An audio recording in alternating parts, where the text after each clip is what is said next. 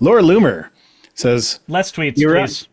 Iran just halted traffic in the Strait of Hormuz. Imagine thinking you can trust a Muslim to keep their word, she says after the non-Muslim people were the ones to violate the ceasefire.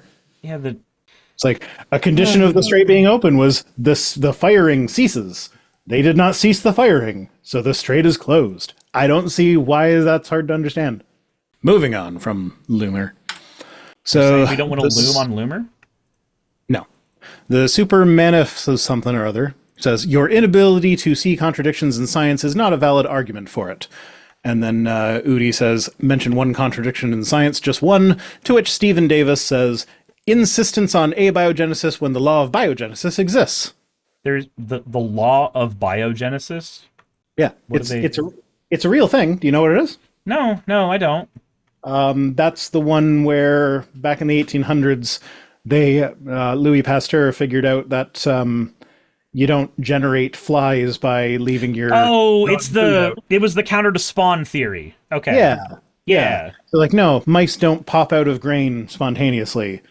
Flies don't generate on moldy cheese. The mold doesn't generate spontaneously. It comes from seeds and spores and eggs and shit.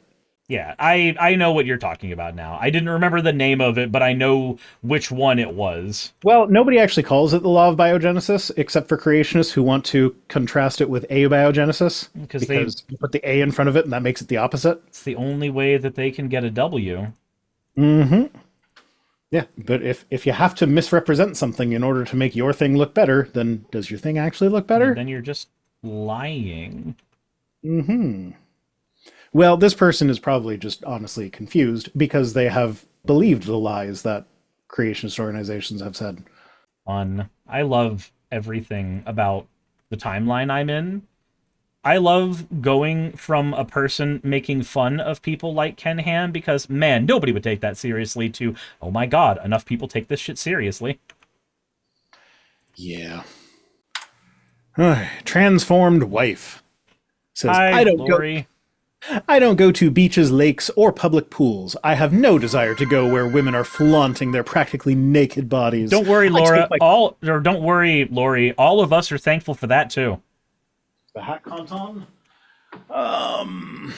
I take my grandchildren to the beach in the winter when the beaches are empty. They have a great time collecting shells and running in the water. Can you imagine how sad their childhood is, like when they grow up and they talk to actual people who went and actually did had fun actual things? Childhoods? Like, oh wait, you guys got to go to the beach when it was warm? What's that like? I mean, to be fair, I fucking hate beaches. I'm right there with Anakin. Sand is happy. Yeah, I hate it. It gets everywhere. It's all gross and gritty and don't like it. But I recognize that there are people who like beaches. I love the beach. Understand it. I don't understand it. I think it's fun.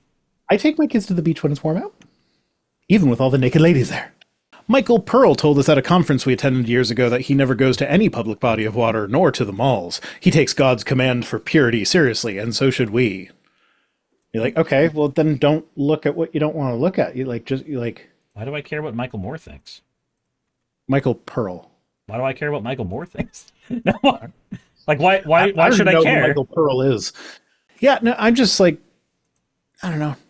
It's like you've given me a name, and you've given me his opinion, and he is entitled to his opinion. I'm just trying to wrap my head around why I would ever give a fuck.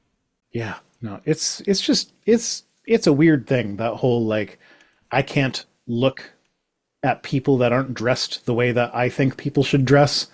Like, that's a you problem. Yeah, if you can't handle it, then I'm sorry, but your personal weakness is not my problem, and it never has to be. Mm-hmm. Yeah. Oh, next up, Donald J. Trump. Hi. Okay, so this was I guess I didn't pull the I'm gonna destroy the civilization one. But we can talk about that here too. So he says, Tuesday will be Power Plant Day and Bridge Day, all wrapped up in one in Iran. There will be nothing like it. Open the fucking strait, you crazy bastards, or you'll be living in hell. Just watch. Praise be to Allah, President Donald J. Trump.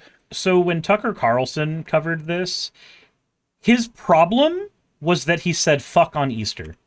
That was his contention with Donald Trump. At least he's being consistent, because if Biden or Obama had said fuck on Easter, that also would have been a massive problem for him. So at least he's being consistent with that. Like, I'm happy he's being consistent, but he's also stupid. Yeah. Like, more than once I have considered ditching the bow tie because it's associated with Tucker Carlson in some ways. Like, when I first started with the bow tie, it was an homage to Doctor Who, and I like Bill Nye. So I'm like, those are the two characters that I most associate with bow ties. So I'm doing the bow tie. And then I saw early Tucker with his bow tie. I'm like, oh, I'm not sure I want to do this anymore. It's like, you are now sad. Congratulations. But then it's like, you can't just, you can't let something, you can't stop liking something just because someone that you don't like also likes that thing. Yeah, I'm not going to stop playing Magic the Gathering just because the Quartering has got his Magic the Gathering channel back. And Nixie Chan is saying, oh yeah, that was Taco Tuesday. So yeah, Tuesday they announced the ceasefire or whatever. And as much as like the Taco thing does, like, it describes what he does. He threatens and then he backs off. By all appearances, he doesn't back off because he's afraid to actually follow through. He backs off for the sake of the markets, so that he can make a bunch of money and all the people around him can make a bunch of money. That's what it looks like to me. However, to the people living in Iran that are hearing the president of the United States say, I'm going to wipe that country off the face of the planet and everybody in it is going to die, which he didn't say those exact words, but that is effectively what he said. If any other leader of any other regime said that a civilization, the American civilization, is going to end tonight, we would have a declaration of war in about 10 seconds in Congress. Yeah, but just picture a country that has nukes and has the ability to get those nukes past your defense systems. Imagine the leader of that country being like, yeah, I'm going to wipe out the United States of America, all of it. Like, that would be terrifying. So like, these people are living in fear for their lives because this guy wants to make a buck on the stock market. And so I kind of, like, as much as the taco thing is kind of catchy, I kind of don't really want to use it anymore, because the thing he's chickening out of is genocide. Yeah. No, that's perfectly valid. Yeah. I mean, I'm not here to police you guys. So like, if you still want to call him Taco Trump, I'm not going to complain about that. I'm just giving my 2 cents on it. No, it's perfectly valid. Like, I understand the position. I think that there is still utility in the taco thing solely because the right puts such an emphasis on his integrity and his strength. Yeah. And it makes him look weak. Yeah, it has the utility of undermining that. And I do get that. And that's why I'm not, like, when I see that, like, my gut reaction isn't immediately like, oh, I can't believe these people are still doing that. Don't they know how serious this is? It's like, it's just one of those, I feel it's serious, but it also, just from the standpoint of, like you said, like, they need to project a feeling of strength, and it makes it very clear that not only is he not strong, but his weakness is very predictable. Yep. Hey, you made it to the end. I want to give an extra thanks to the patrons who allow me to do this full time. I want to thank Aaron Rail, Astral, Britzkrieg, Jemshin, Poundini, Red Joker, Victoria, Jonas, Craig, Tarika, Fireshard, Smiling GM, John, Dren Hadamada, Creeper, Sagitta, you know I'm not saying that last part, Sylvie Snow, Valis of Seraph, Ottoman Angel, Rooster Rachel, and Fire Panda, who are all my $20 and up patrons.